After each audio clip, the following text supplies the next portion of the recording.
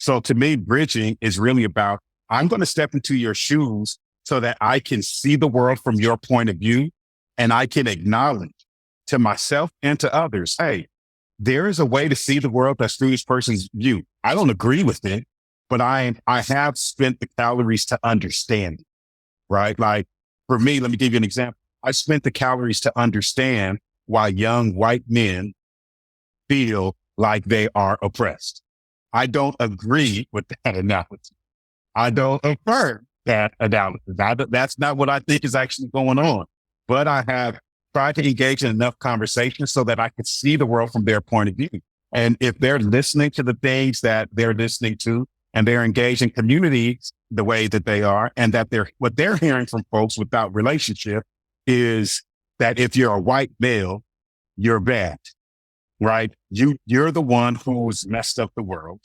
And just by nature of you being born as a white man, you're a racist, you're a sexist, you're the problem.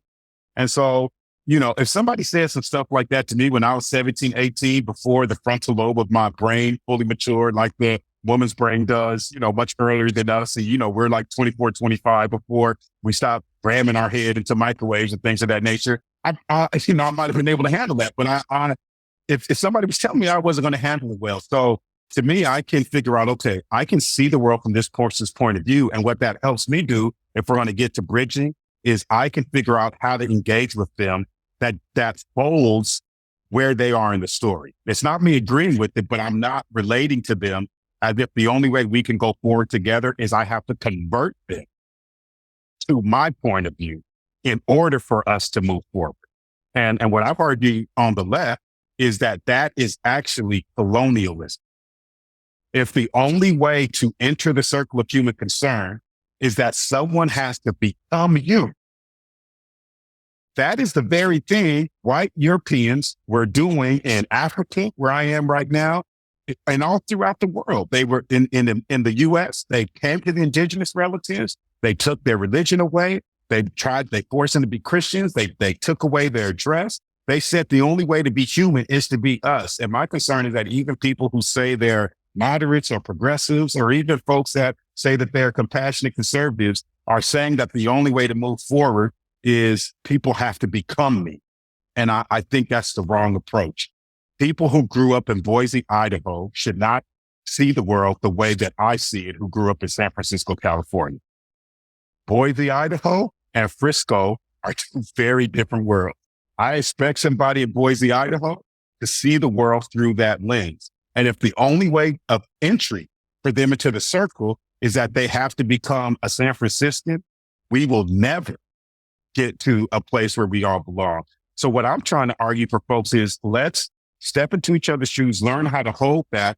And then the new piece I'm trying to invite people is, let's figure out how to create a new social contract that's rooted in, what do we do when we disagree?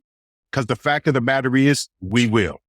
Because we weren't born in the same places. We didn't have the same experiences. We don't listen to the same music. I was talking with one of my white homies who lives like 20 miles from me. And I was trying to have a conversation with him. I was like, it's like Boys in the Hood. I was like, you seen Boys in the Hood? And he was like, nah.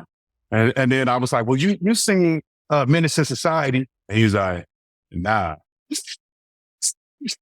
Boys in the Hood, where were you? He was like, you seen Steel Magnolias? I was like, nah, So the fact of the matter is, like, we grew up here at the same time, but we were listening to different music. He was listening to metal. I was listening to rap. He was watching Steel Magnolias. I was watching Boys in the Hood.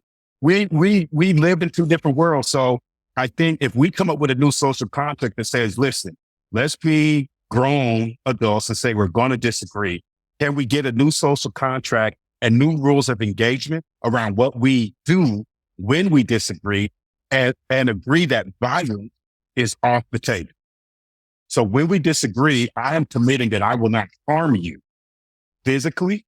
I will also not engage in trying to pass public policies and systems that harm you. Rather, what we're going to start doing as communities is we're going to keep coming to the table and we're going to keep wrestling around these ideas until we can find something. And I don't know what needs to be in that social contract. I don't know if in that social contract is, does that include that, how that needs to change how we vote? or whether we're going to vote until we can vote together around something. I don't know what it is. I know what we're doing right now is not working. And so I want to struggle with people for a different way of being.